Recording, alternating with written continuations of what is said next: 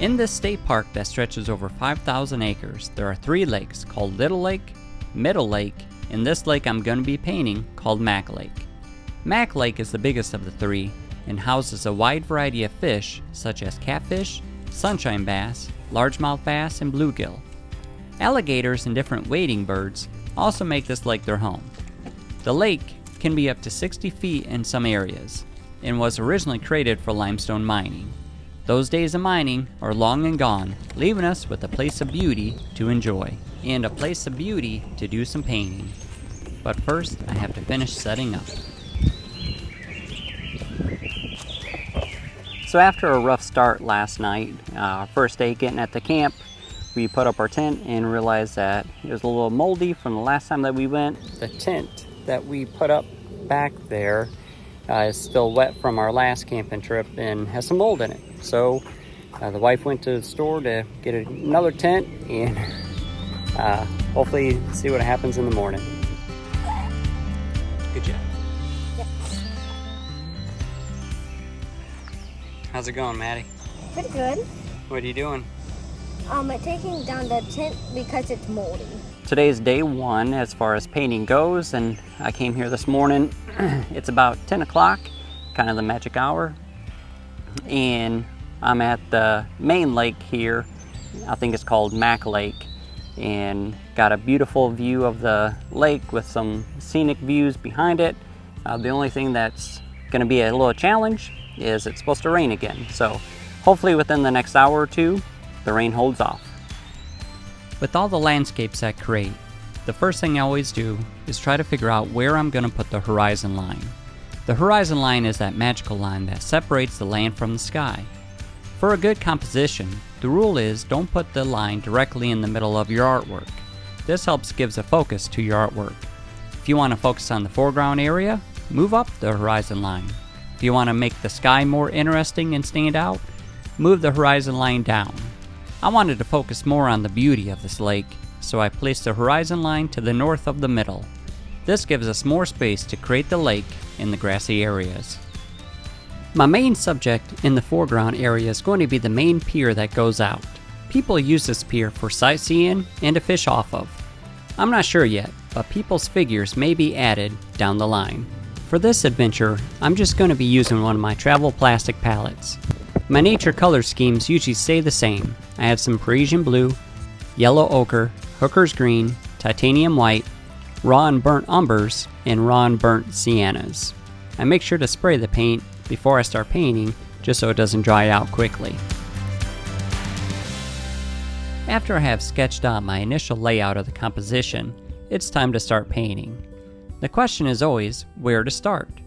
I like to start at the top of the painting. This is considered the background area, or the area farthest away from the viewer. In this case, our viewer is standing somewhere on shore looking out over the lake. The area farthest back is the sky. I started laying in the initial layer of paint using my Parisian blue with a good amount of titanium white. Since it's an overcast day and the sun's not really out, there's not much variation in the sky. Anytime there's water in the scene, in this case the lake, I add the same color of sky where the water is. After all, the water is just a reflection of the sky and what's on land. It's not until you get up close to the water do you start to see underneath the surface.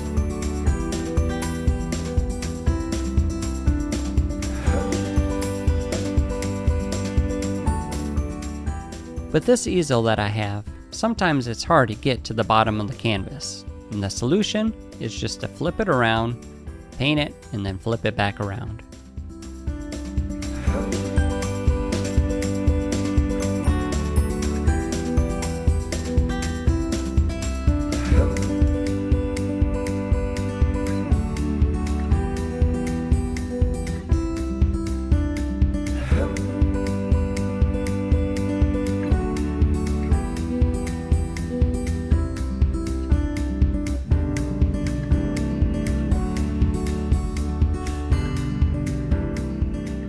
Once the sky color and lake was completed, it was time to fill in what was next, which was the tree line in the distance.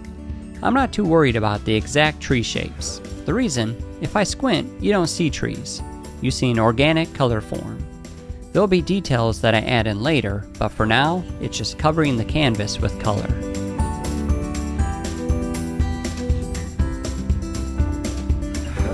To start to add depth, most of the cool colors are in the background, so I start to add in some warm colors with my umbers and siennas to give it more of a depth of things coming closer to us. Up until this point, it had been drizzling all morning, but then I couldn't take it anymore because the rain started to pour. So I packed up the gear, put it in the car, and decided I'll come back later and put on the finishing touches.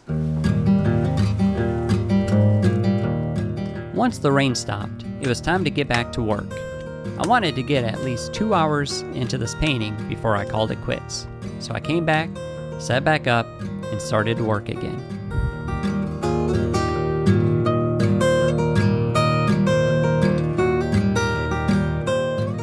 Alright, had to take a little break because the rain came in and picked up and got a little too wet out here. So I had to pack up, put everything in the car, and we drove around, looked at the state park a little bit more, and waited for the rain to end. And so came back and set up and gonna continue on.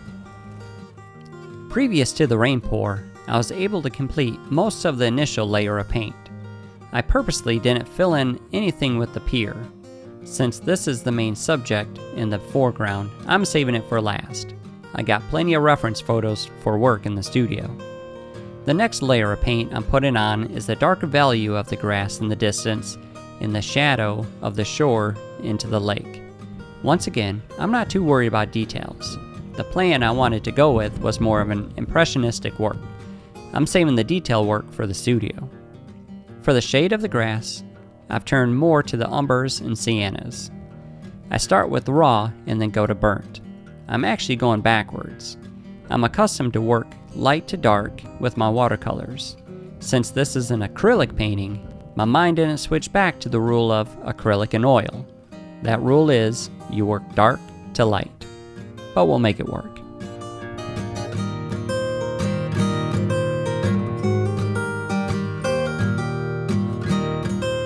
When I initially put on the first coat of paint, it was thinned down with water. That's why you can see some of the white of the canvas coming through. Now, I've thickened the paint with some of my titanium white, and I'm starting to add more values to the trees far off in the distance. I'm purposely creating some darker and lighter values to create a sense of depth within the tree line. Also, from a distance, you don't see details, only shapes of different values of a hue. Afterwards, I'm starting to detail the tree line, adding variety to the tops of the trees. That way, those pointy indicators tell the viewers these are trees. Some of the elements of art is variety, so I'm being careful not to make them all the same size or shape. So at this point, I've got most of the composition blocked in how I want. The next step is going to be going in and start putting some details such as the ridgeline here and maybe some indications of where some individual trees are. After that point, I'll probably call it a day for today, and it's been about 2 hours that I've been out here. The next step will be I'll take it back to the studio and put in some more details. One of my favorite shows is The Little House on the Prairie. The author of the book series, Laura Ingalls Wilder, once said, "Some old-fashioned things like fresh air and sunshine are hard to beat." Today, and like most days, I agree with her. One of the things I've also realized while I've been working on this painting is just exactly how messy I've been. I've got paint on the easel, got paint on my hands and my shirt, but oh well, I guess. Scars for showing hard work well done. The last little bit of detail I'm going to put in before calling it a day is the edge line where the water meets the land masses. I mix up my burnt sienna and my Parisian blue to make a dark color. I personally don't like using black, so this mix is my go-to combination for my darkest darks. Once again, the key is variety.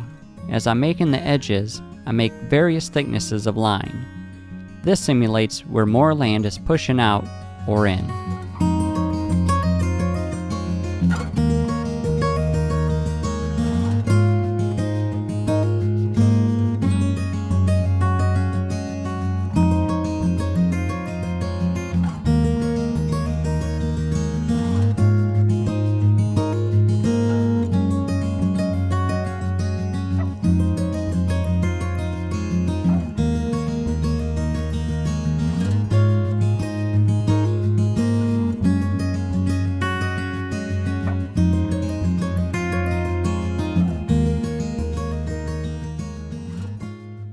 So I finished up with the painting for today. More work's gonna be done in the studio, but before I leave the location, I'm gonna go out and take some reference photos so that I can kind of remember some of the detail when I'm back in the studio putting on the finishing touches on the painting.